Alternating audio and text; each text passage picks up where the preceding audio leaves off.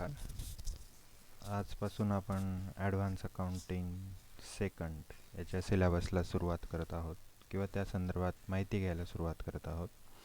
नुकतंच विद्यापीठाने आपलं नवीन सिलेबस वेबसाईटवर डिक्लेअर केलं. त्यानुसार अकाउंट सेकंडचे हे काही टॉपिक आपल्या नजरेसमोर दिसत असतील. पहिला टॉपिक आहे आपला इंट्रोडक्शन टू लीज अकाउंटिंग, की जो थेरीचा पार्ट आहे. त्यानंतर दुसरं आहे अमालगमेशन ऑफ कंपनीज, ज्या दोन कंपन्या या बंद केल्या जातात किंवा बंद होतात आणि त्यांच्यामधून तिसरी कंपनी ही तयार होते. हे आपण फर्स्ट इयरला शिकलो असू, अमालगमेशन ऑफ पार्टनरशिप फर्म.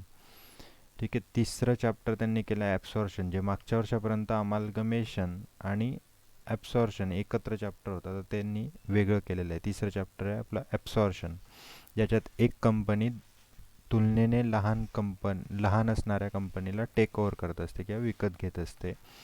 त्यानंतर चौथं चॅप्टर आहे एक्सटर्नल रिकन्स्ट्रक्शन, ज्यात कंपनीचं एक कंपनी बंद करून तिचंच नवीन कंपनीमध्ये रूपांतर हे केलं जात असतं किंवा नाव बदलून काही अकाउंटिंग स्ट्रक्चर बदलून तिची मांडणी केली जात असते. ते आहे एक्सटर्नल रिकन्स्ट्रक्शन. त्यानंतर पाचवं चॅप्टर आहे इंटरनल रिकन्स्ट्रक्शन, ज्याच्यात कंपनीच्या अंतर्गत असणारं जे काही ॲसेट्स अँड लायबिलिटीज आहे, जे काही बॅलन्स शीट आहे, ते नव्याने तिथं तयार केलं जात असतं, रिस्ट्रक्चर केलं जात असतं. आणि सहावं चॅप्टर आहे आपलं लिक्विडेशन, ज्यात लिक्विडेशन म्हणजे एखादी कंपनी बंद करत असताना कोणत्या प्रोसिजर असतात आणि कोणते स्टेटमेंट आपल्याला तयार करावे लागतात, ते तिथं आपल्याला शिकायचं असतं. यंदाच्या वर्षात तुम्हाला लिक्विडेशन आणि इन्सॉल्वन्सी असे दोन चॅप्टर शिकायचे. मे बी इन्सॉल्वन्सी अकाउंट फर्स्टमध्ये तुम्हाला शिकायचं असेल. इन्सॉल्वन्सीमध्ये देखील आपण स्टेटमेंट ऑफ अफेअर्स तयार करत असतो आणि डिफिशियन्सी अकाउंट तयार करत असतो. आणि तिसरं जे स्टेटमेंट या लिक्विडेशन प्रोसेसमध्ये असतं ते आहे liquidators final statement of account. जे आपण चॅप्टर सुरू करू तेव्हा तुम्हाला ते निश्चितपणे लक्षात येईल. हे आहे 6 चॅप्टर्स या पहिल्या सिलेबसचे. त्याला आपण सुरुवात करत असताना आज मी लिक्विडेशनला सुरुवात करत आहे. शेवटून सुरुवात एवढ्यासाठी करतो आहे की त्याच डाटा माझ्याकडे अवेलेबल होता, त्या दृष्टीने मी तुमचं जे काही PPT आहे किंवा त्या संदर्भातली जी काही माहिती मला सांगायची आहे ते मी सांगू शकतो. त्यानंतर तर लिक्विडेशन म्हणजे काय? तर liquidation it is a term which is used for termination process और डिझॉल्युशन और winding up of limited company.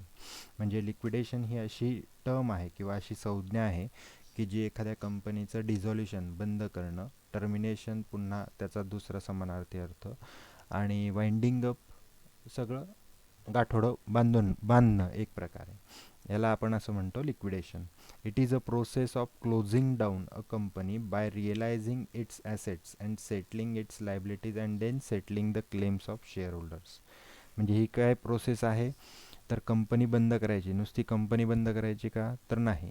त्या ज्या कंपनीच्या ॲसेट्स आहेत त्या ॲसेट्स रिअलाईज करायच्या, म्हणजे त्यांची विक्री करायची, त्यांच्यामधून पैसा किंवा फंड उभारायचा आणि त्या फंडमधून जे काही लायबिलिटीज आहेत त्या लायबिलिटीज पेड करायच्या. आणि जर फंड उरला तर मग शेअर होल्डर्सचा जो काही क्लेम आहे तो आपण तिथं पूर्ण करणार.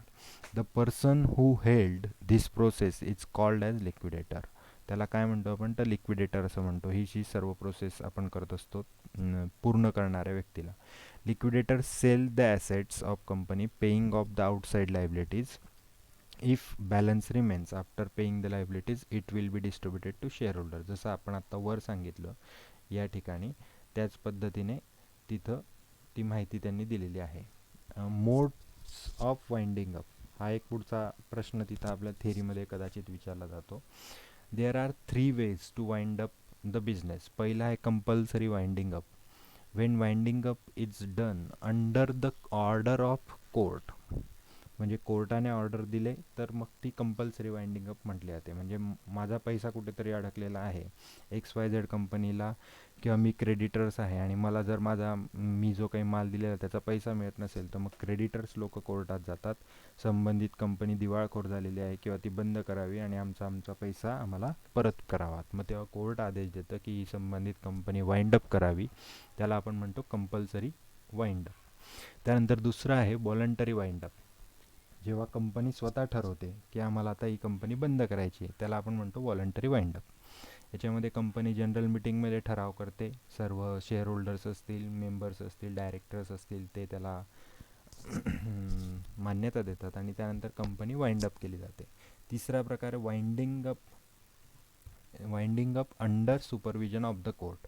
म्हणजे व्हॉलंटरीच आहे, पण व्हॉलंटरी वाइंडिंग अप करत असताना कोर्ट असे देखील ऑर्डर करू शकते की ही सर्व प्रोसेस आमच्या नियंत्रणाखाली, आमच्या अंडर सुपरविजन ऑफ कोर्ट, आमच्या पर्यवेक्षणाखाली ती पूर्ण केली जाईल. मग सर्व जे काही लिक्विडेटर असेल त्याला उत्तर हे सगळं कोर्टात जमा करावं लागतं. किती पैसा आला, कोणत्या पद्धतीने, किती लोकांना कशा पद्धतीने रक्कम दिली, या संदर्भात सर्व माहिती ही कोर्टामध्ये सादर केली जात असते. ते आहे तिसरा प्रकार, winding up under supervision of court.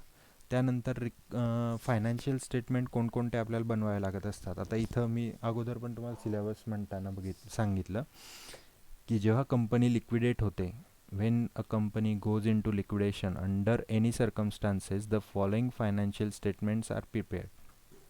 कोणते स्टेटमेंट आहे तर statement of affairs, deficiency account आणि liquidators final statement of account. आपल्या सिलेबसमध्ये हे जो सी भाग आहे, जे मी ग्रीन कलरमध्ये केलेलं आहे, तेवढंच आपल्याला शिकायचं आहे. हे स्टेटमेंट ऑफ अफेअर्स आणि डेफिशियन्सी अकाउंट तुम्हाला इन्सॉल्वन्सी अकाउंट म्हणून टॉपिक आहे, मे बी अकाउंट फर्स्टमध्ये असेल, त्या ठिकाणी तुम्हाला ते शिकायचं आहे.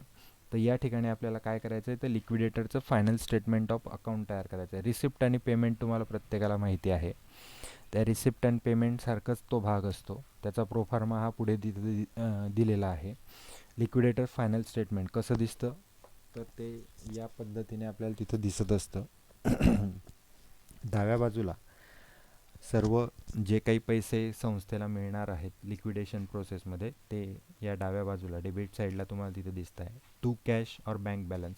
कॅश आणि बँक काही रिअलाईज करता येत नाही, ती ऑलरेडी तिथं दिलेली असते. ती जशीच्या तशी तुम्ही तिथं लिहिणार आहात. या ठिकाणी प्रॉब्लेममध्ये दिलेला कॅश आणि बँक बॅलन्स जसा तसा तुम्ही लिहू शकता. To assets realise. प्रॉब्लेममध्ये दिलेलं असतं की मशिनरी इतक्याला रिअलाइज झाली, लँड अँड बिल्डिंग इतक्याला रिअलाइज झाली, त्यांची टोटल आपण तिथं करणार आणि या ठिकाणी लिहिणार.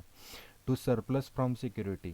हा असा भाग आहे की म्हणजे समजा लँड अँड बिल्डिंग कोणाला तरी सिक्युरिटी म्हणून दिलेली असेल, ती विकली गेली असेल 1,00,000ला आणि कर्ज असेल फक्त 50,000, म्हणजे उरले किती तर 50,000. हे सरप्लस फ्रॉम सिक्युरिटी तुमचे 50,000 असते. Two calls in arrears recovered. जर काही शेअर्सचे कॉल्स रिसीव्ह करायचे बाकी असतील, हे दोघं तेच आहे, कॉल्स इन ॲरियर्स आणि calls on partly paid shares. एक प्रकारचं आहे की शेअरचं जे काही भांडवल भरणा बाकी असेल तो आपण तिथं रिसीव्ह करणार, म्हणजे एक प्रकारे कॅश आपल्याकडे येणार. त्यानंतर क्रेडिट साईडला आपण काय करतोय तर सर्व एक्सपेन्सेस, आपण पैसा कोणाकोणाला दिला त्याची नोंद तिथं करतोय. सगळ्यात पहिले आपण देणार लीगल एक्सपेन्स, जो काही कोर्टाचा खर्च असेल तो सगळ्यात पहिले आपण तिथं पेड करणार. त्यानंतर लिक्विडेटर रेम्युनरेशन, जो ही सर्व प्रोसेस फॉलो करतोय किंवा अंडर कंट्रोल ज्याच्या आहे त्या लिक्विडेटरला रेम्युनरेशन आपण देणार. त्यानंतर लिक्विडेशन एक्सपेन्सेस, या संपूर्ण प्रोसिजरला जो काही खर्च आलेला असणार ती लिक्विडेशन एक्सपेन्सेस म्हणून आपण तिथं देतो. डायरेक्टली अमाऊंट दिलेली असते किंवा 2% ऑन समथिंग असं त्यांनी दिलेलं असतं. त्यानंतर चौथा भाग आहे तुमचा प्रेफरन्शियल क्रेडिटर्स. जे काही प्रेफरन्शियल क्रेडिटर्स असतील, म्हणजे उदाहरणार्थ गव्हर्नमेंटला टॅक्सेस ड्यू असतील तर ते तुम्ही तिथं देऊ शकतात. त्यानंतर डिबेंचर होल्डर्स जर कंपनीचे असतील तर त्यांना तुम्ही त्यानंतर त्यांचा क्लेम हा सेटल करणार आहात. त्यानंतर आहे अनसिक्युअर्ड क्रेडिटर्स. पैसे उरले तर अनसिक्युअर्ड क्रेडिटर्सला त्यानंतर आपण देणार. त्यानंतर पैसा उरला तर प्रेफरन्स शेअर होल्डर्स आणि इक्विटी शेअर होल्डर्स असा तो क्लेम तिथं सेटल केला जातो. हा आहे order or priority of payment.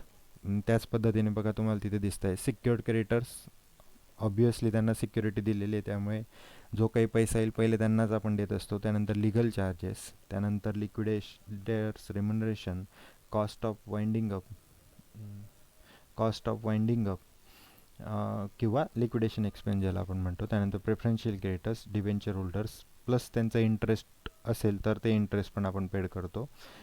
जर सॉल्वंट कंपनी असेल तर ज्या तारखेला आपण हे स्टेटमेंट करतो त्या तारखेपर्यंतचं. जर इनसॉल्वंट असेल तर जे काही बॅकडेटेड त्यांनी दिलेलं असेल तिथपर्यंत आपण तिथे देत असतो. अनसिक्युअर्ड क्रेडिटर्स, त्यानंतर प्रेफरन्स शेअर होल्डर्स आणि इक्विटी शेअर होल्डर्स. तर या पद्धतीने आपल्याला ते प्रोफार्मा समजून घ्यायचं आहे. तुम्हाला गुगल क्लासरूमला मी कोड सेंड केलेला आहे, त्यानुसार तुम्ही लेक्चर्स त्या जॉईन होऊ शकता, क्लासरूमला जॉईन होऊ शकतात.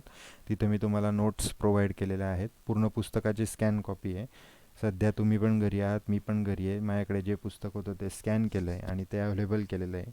म्हणजे तुम्ही घरून आता प्रत्येक प्रॉब्लेम पाहू शकतात आणि त्या संदर्भात काही अडचणी असेल तर आपण तिथं चर्चा करू शकतो. तर या पद्धतीने आपलं हे पहिलं लेक्चर तिथं पूर्ण होतं आहे. याच्या पुढचा भाग पुढच्या लेक्चरला मी सादर करतो. धन्यवाद.